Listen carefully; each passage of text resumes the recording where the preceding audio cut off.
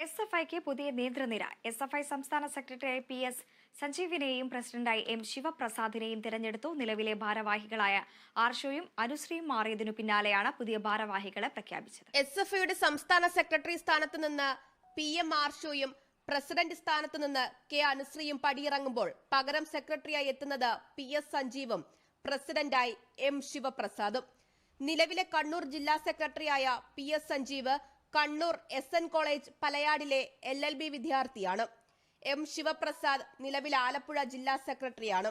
സംസ്ഥാന സമ്മേളനം പൂർത്തിയാക്കിയതിനു പിന്നാലെയാണ് പുതിയ ഭാരവാഹികളെ പ്രഖ്യാപിച്ചത്.